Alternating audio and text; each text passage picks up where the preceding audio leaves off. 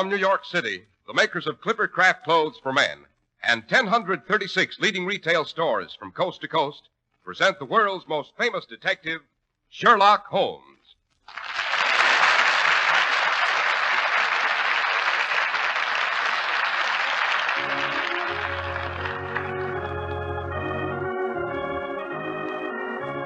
Tonight's story, The Adventure of the Serpent God. And so here we are once again in Dr. Watson's cheerful book-lined study. But let's not keep our Sherlock Holmes fans waiting. What's tonight's adventure to be, Doctor? Tonight I think I'll tell you how Holmes prevented a bloodthirsty Hindu uprising. It all occurred because we unearthed the meeting place of an East Indian cult who worshipped the Serpent God. Sounds promising. Yes, it was a weird and unearthly setting for one of our most hair-raising encounters with that arch-criminal, the notorious Professor Moriarty. Professor Moriarty. Sherlock Holmes always got a run for his money when he matched wits with Professor Moriarty. And that reminds me, if any of our friends and listeners are thinking of investing in a new spring suit or overcoat, I think we can safely promise them more than a run for their money if they'll take a look at the clothes that Clippercraft is now showing in their favorite local store. Right you are, Mr. Harris.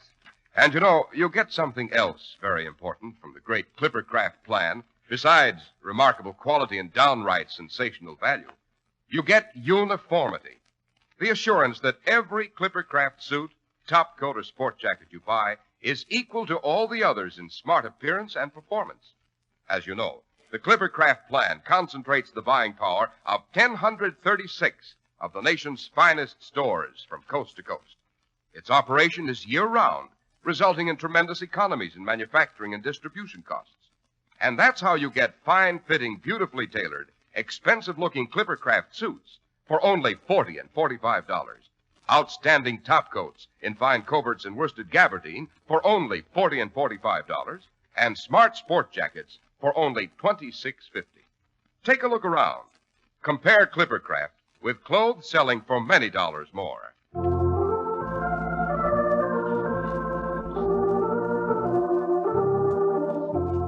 And now, Dr. Watson, back to Professor Moriarty and the adventure of the Serpent God. Yes, Mr. Harris. It was latish one May evening in the early 1900s. I had been out on an emergency case and was returning in the soft spring twilight. As I reached 221B Baker Street, I looked up to see a light in the windows of our sitting room. Holmes' long, lank silhouette was pacing back and forth in the lamplight. From the nervous vitality of his movements, I gathered he was working on a new case. I let myself in the front door and bounded up the steps. You what, Doctor? Well, I hurried upstairs.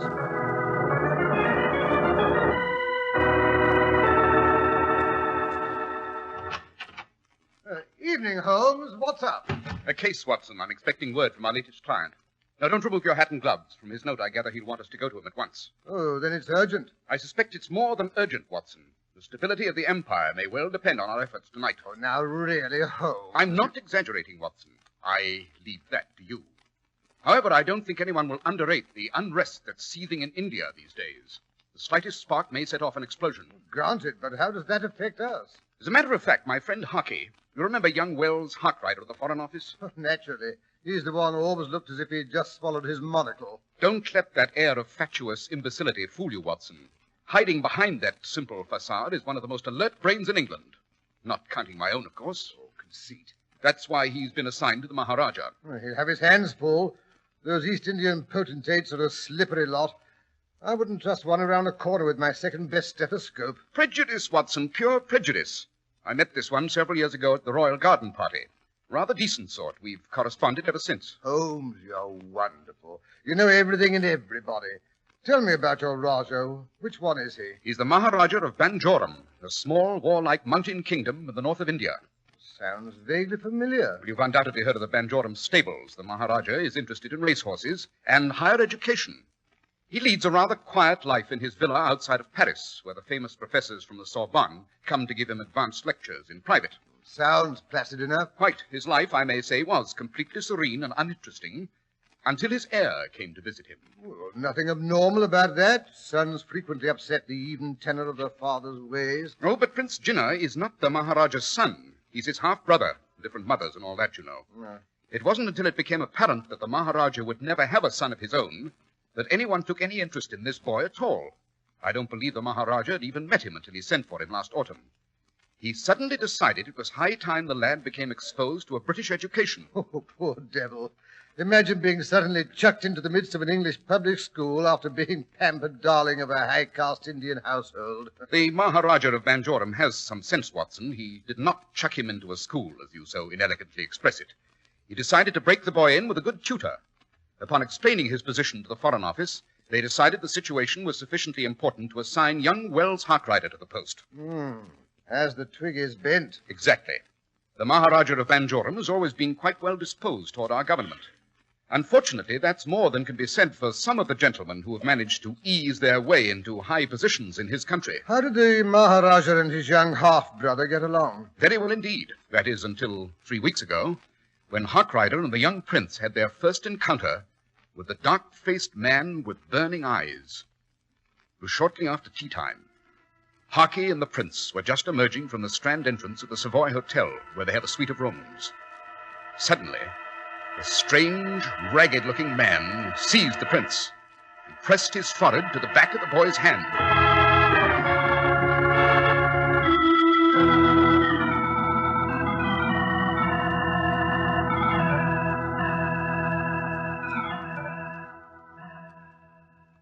Salutations, O true son of the father of all lizards. You followers await you. For you the god will speak. Do not fail him. Do not fail. Who was that man, Gina? I do not know, Mr. Harkrider. But you saw his eyes and his head. It moved from side to side like a great snake. What's the matter, boy? You're trembling. Your hands are as cold as ice. Your hand. What is that mark on the back of your hand? It is the sign.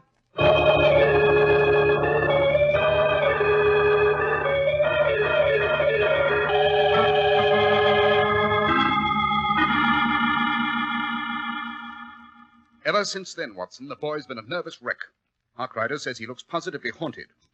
Then, the night after the boy's encounter with a strange derelict, Harkrider woke in the night and found him missing from his bed. Why not ask for police protection? The Maharaja forbids it. Harkrider drew him the design he'd seen on the back of the boy's hand. The Maharaja apparently recognized its significance, but will tell Harkrider nothing. He says calling in the British authorities might very well cause another black hole of Calcutta. Good Lord, Holmes, then it is serious. That, my dear Watson, is the impression I've been trying to convey for the last half hour. Did Harkrider's message explain what the symbol on the boy's hand looked like? Yes, it's drawn here at the bottom of his letter. A simple bit of cacography. Looks rather like the eye part of a large hook and eye. It's not as innocent as that, Watson. It's the same mark that appears on the hood of the king cobra. In India, that's the symbol of the serpent god. By Jove, I see what you mean, Holmes. Then you think the boy may be mixed up in some diabolical East Indian cult. I fancy the mystery's even uglier than that. You remember the description of the beggar who left the symbol on the boy's hand? Mm-hmm. The burning eyes, the head that oscillated slowly from side to side. Good heavens, that could be a description of Professor Moriarty. Oh, but you said his skin was dark. There are many stains, Watson, that can be used to color a man's skin. But why have they waited till now to call you in on the case? What makes you think Harkrider will be around tonight? This little figurine. Beautifully carved, isn't it? Oh, a fascinating bit of ugliness. The body of a man and the head of a cobra. The cobra god again. It seems this carving was found on Prince Jinnah's bed when he returned from his afternoon's walk. Harkrider said the boy fainted dead away when he saw it. Sounds sinister, eh, Holmes? Harkrider told the Maharaja about the occurrence, of course. The Maharaja seems to think this figure's some sort of summons. He believes the boy will try to disappear again tonight. Consequently, Harkrider's sending a cab for us as soon as the boy retires. We're to pick him up at the embankment exit of the Savoy. Yes, I hear a carriage driving up to our curb. Don't forget your revolver, Watson. Aha! The game's afoot. The chase begins.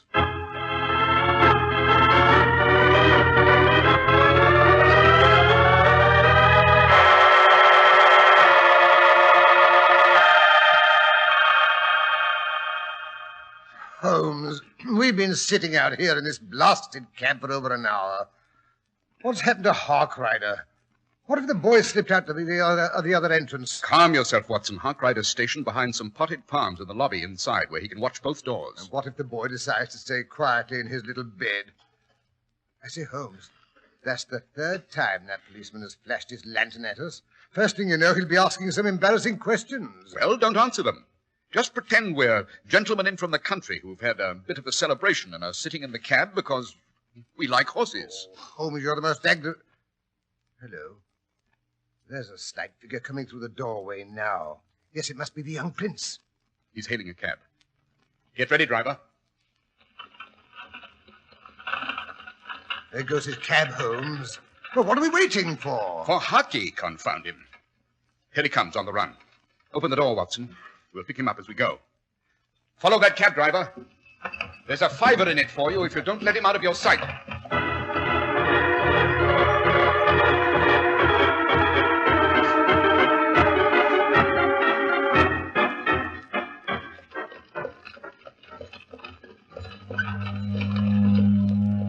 Oh, confound this fog. It's getting so thick we can't see the cab up ahead. Calm yourself, Harkrider. They can't go any faster than we can. As long as we can hear their horses' hooves, they can't get away from us. We must be near the river, Holmes. Hear those foghorns? Yes, we've just passed London docks, to be exact, my dear Watson. How do you know? Don't tell me you can see any further through this pea souper than I can. Possibly not, Watson, but I can smell. The warehouses here contain the most varied and fascinating cargoes in the whole port. Wines, hides, rubber, drugs, iodine, coffee, spices, cocoa, quicksilver, to mention just a handful. On our left, we should be approaching Wapping Old Stairs. If you listen carefully, you can hear the lapping of the water. Not with that thing blatting away, you can't. I say, what do you suppose that boy is headed for in this district? Has it ever occurred to you, Harkrider, how many Lascars and Hindus are employed in the docks in this part of London? Oh, funny, I'd forgotten that. As a matter of fact, I'd almost forgotten London had a port. Most Londoners do. Ask the average Englishman what's the largest port in the United Kingdom, and chances are he'll answer Liverpool or Plymouth or Southampton. Well, aren't they? My dear Watson, the exports and imports of the Port of London more than equal in value any two of them combined. What's up? We're stopping. Well, no, we're going on. We've turned into Tunnel Pier Road. Well, how can you tell that? By the rumbling of the trains going through the tunnel. I can't hear a blasted thing. Neither can I, but I can feel them. So could you if your senses were properly developed. Yes, near here used to be the site of Execution Dock, where Captain Kidd and other pirates were hanged in chains at low water and left for 3 tides. Holmes, if you must give us a cook's tour of the district, couldn't you pick some cheerful items to lecture about? Carriage ahead stopped. Wait here, driver.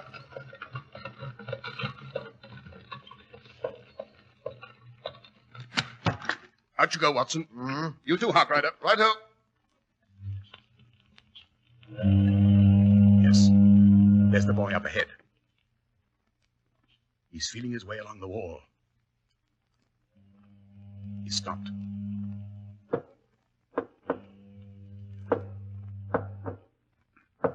He is tapping out some kind of signal on the wall.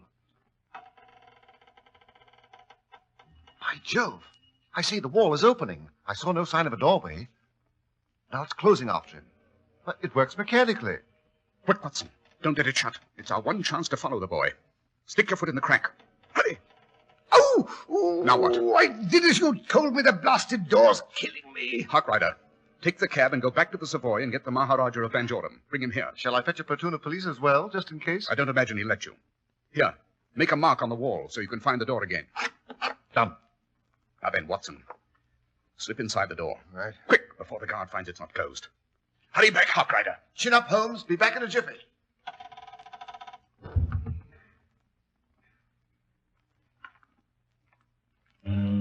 Seems to be some sort of courtyard with carved walls. Weird, grotesque carvings. Holmes, they look horrible in the light of that flickering lantern up ahead. Those carvings represent East Indian deities. As you say, Watson, they are not nice. Look, Holmes. A tall man in a fierce beard and wearing a turban has stepped into the light of the lantern. Yes. He'll be a Sikh.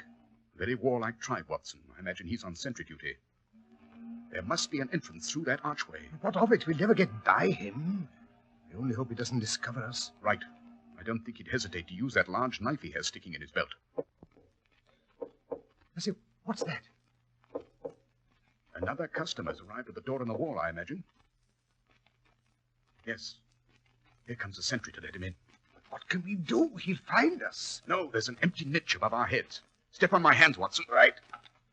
Up you go. Now, give me your hand. Heave-ho! But won't he see us up here? I don't think so. It's a well-established fact that a man seldom looks above his head. Yes. Here he comes. Pretend to be a statue. Look grotesque. It shouldn't be too difficult.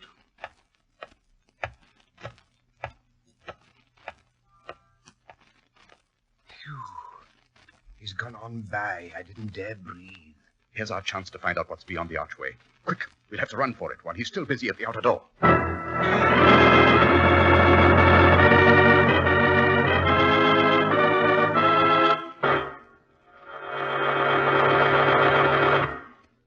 And so while our two friends are trying to sneak past the guard, let's discuss your spring wardrobe. Will it be comfortable?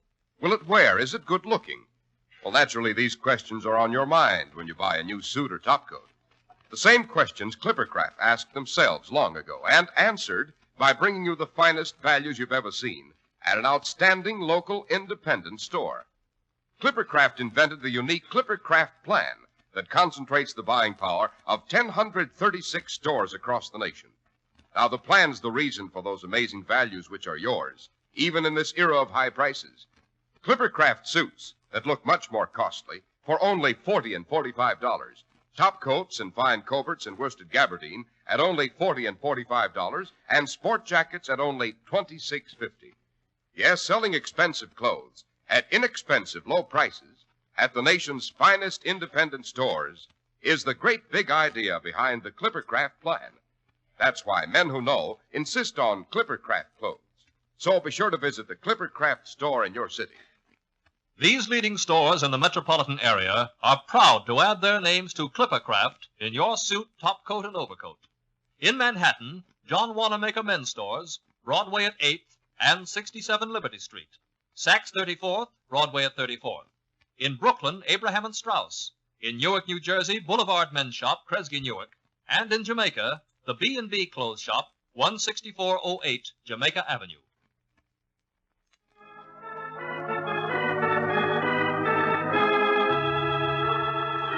And now back to Sherlock Holmes and Dr. Watson, who have managed to sneak inside the unguarded doorway.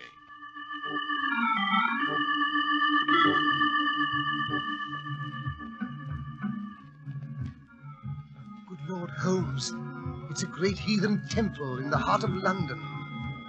The incense is almost as thick as the fog outside. There must be hundreds of people in here, all bowing before that horrible idol. More than horrible, Watson. It's the Serpent God, the servant of Shiva, the destroyer. Now what? I don't know. Here, hide behind this wall curtain.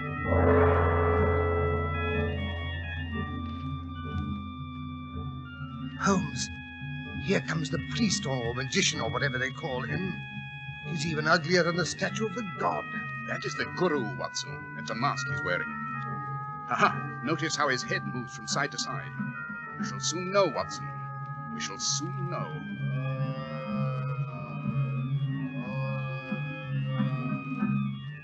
Look, there's the boy. He's approaching the priest. Holmes, what's wrong with him? He walks as if he'd been hypnotized. Quiet, Watson. The Guru is going to speak. Son of sons, you've done well to come. I speak for the Great One, our Lord of the Cobras. I say to you that you are doomed. That's Moriarty's voice right enough. Your youth will fade, your limbs wither, your mind shrivel and decay, and your soul be damned to eternal torment unless you heed my words.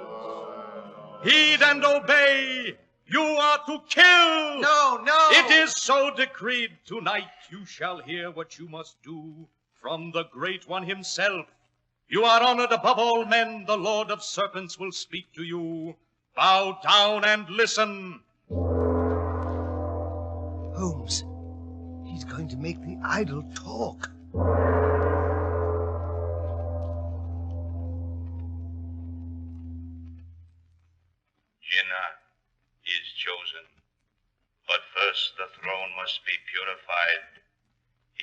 kill the Maharaja, his brother, and rule in his place.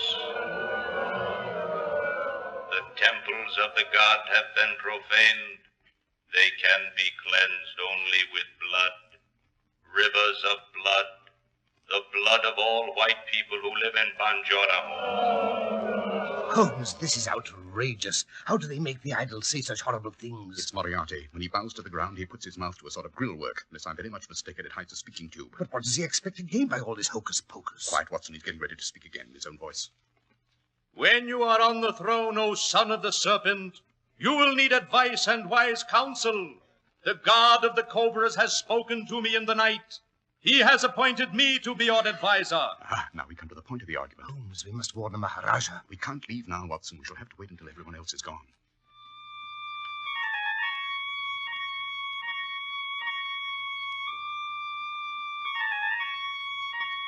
What's that for? Now let the music call the great ones. The cobras, let them come from their hiding places. They shall dance for their new king. Holmes, they have cobras, live cobras in this place. Look, they're coming out those little windows along the wall near the floor. How perfectly vile. Look at them writhing and swaying to the music. Steady, Watson, steady. Holmes, we are standing in front of one of those little windows. There's something crawling over my foot. Stand perfectly still, don't move. It's turned. It's raising its head. Don't lose your nerve, Watson. Don't. Got it! Shot its filthy head off. Who's there? There are spies. Behind that curtain, capture them. We're in for it this time, Watson. Give me your revolver. I'll stand them off as long as possible.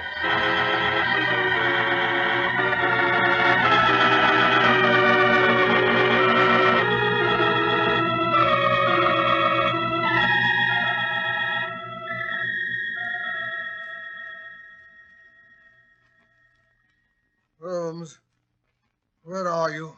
Over here, Watson. Tied, hand and foot. It's black as pitch in here. If only Harkrider would get back, he might be able to help us. Seems as if he's been gone for hours.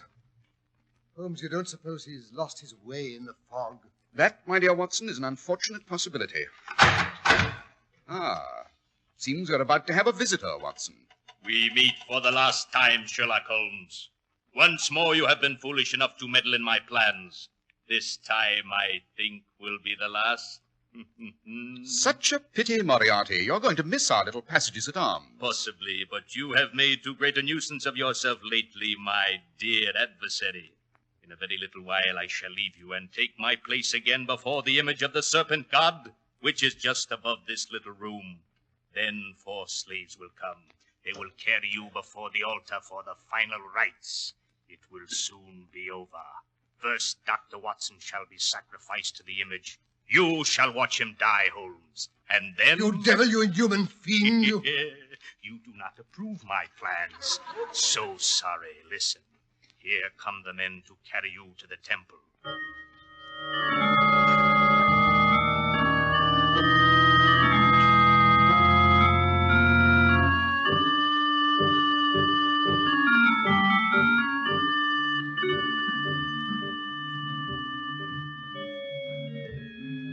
First, the fat one.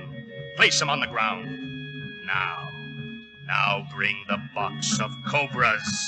It's all my fault, Holmes. Chin up, Watson.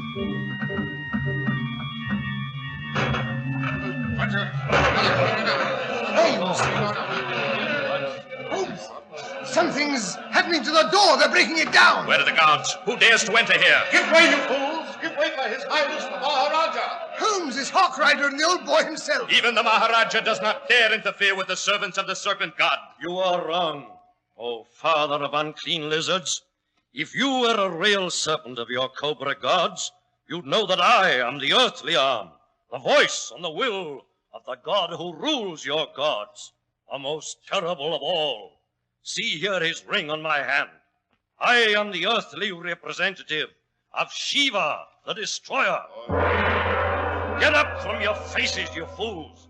Release those 2 men. And seize this other, who is no holy man of India. See here his skin, when I tear away his garments. He is a white man and a criminal. You think I have no way of escape? Then what? Moriarty! He's gone! He had a secret door at the base of the idol. After him, all of you! I say, do you think they'll catch him? Oh, possibly not, but I must say I'm tremendously grateful that you've shown the faker up and demonstrated to Jenner here how easily one can be led astray by superstition and ignorance.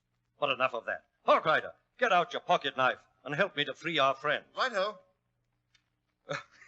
You have to forgive me, Watson, old boy, but trussed up like that, you remind me of that night of our first year at school when the boys in the upper form decided to have a bit of a rag. Good Lord, you're not... But of course you are. Banjo. Dear old Banjo. Well, I mean, Your Highness. Oh, not to my friends, Johnny. Tell me, Banjorum, are you really the arm of Shiva and all that sort of thing, or was that just plain swank? Not at all, my dear Watson. In His Highness's kingdom in India, his people are convinced he's partially supernatural. Oh, it's rather tedious, you know, and quite frequently lonely. That's why I sent for this young scallywag to come and visit me. Come along now, Jenner. There's no need to be frightened now, you know. Oh, I was not going to kill you, sir. No matter what they did to me. Really, I wasn't. Of course you went. Come along home. It's way past your bedtime. Yes, right.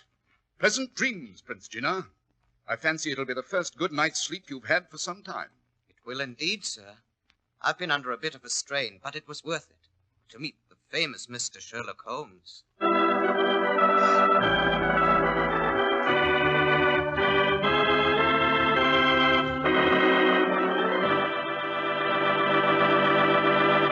Wow, that was a narrow squeak, Dr. Watson. My hair fairly stood on end. Good for you, Mr. Harris. Glad I held your interest. You did that. And now, how about just a hint about next week's story, Dr. Watson? Next week, I think I'll tell how I learned a great deal about the ancient sport of archery. In it, Holmes solved a murder in which the weapon was a rather unusual golden arrow. He solved it, I may say, by catching the murderer literally red-handed.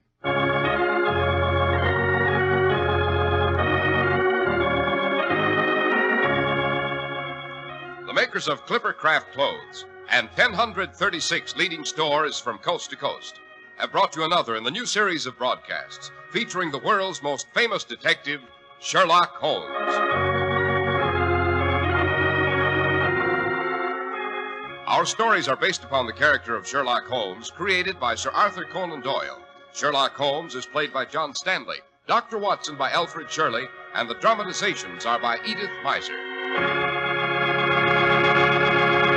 Sherlock Holmes is produced and directed by Basil Rathbone, with special music by Albert Berman.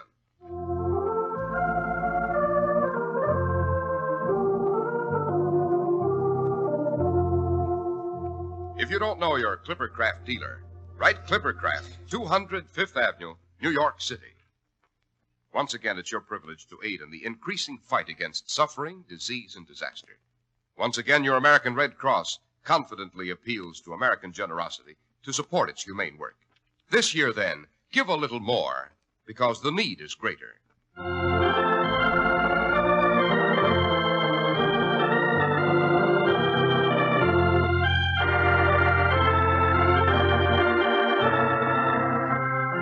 Be sure to listen next Sunday to Sherlock Holmes in Death is a Golden Arrow.